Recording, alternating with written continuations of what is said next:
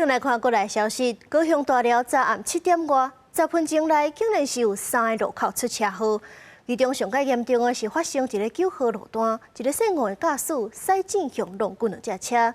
检方检落是发现讲，这个驾驶有食毒，而且3个路口的车祸拢是伊造成的，已经甲送办。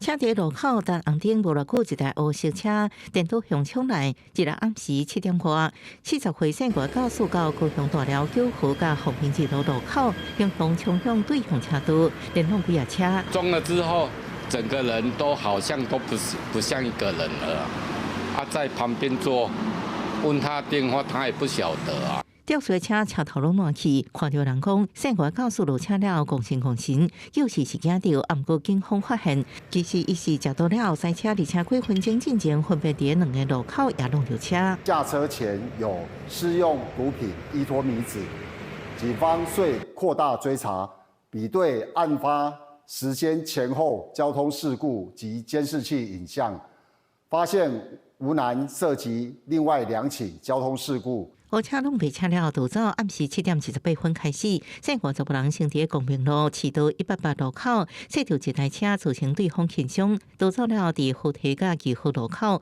佮驶着一台车，佮逃走。最后伫9号路电倒向联络6车，互包含姓吴10人3人轻伤，短10分钟3件车祸损害8车7人受伤。毒品泛滥啊，那也是 很糟糕的一件事情。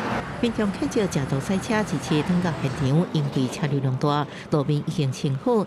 警方3项并行侦办，顺后将姓吴10人交公共危险准现行犯移送高雄地检署。记者综合报道。